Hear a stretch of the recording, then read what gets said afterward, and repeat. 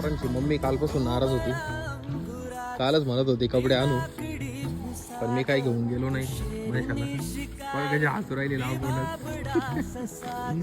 रुसून बसली होती सकाळपासून रुसलेली होती म्हणलं मनीषा.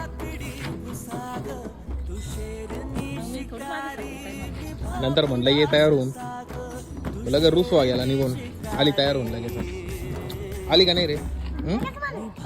एक तर आम्ही कधी फिरायला कुठं जात नाही, आणि मग आता निघालोय तर एक तर रुसून बसलेली होती, बोलत नव्हती का.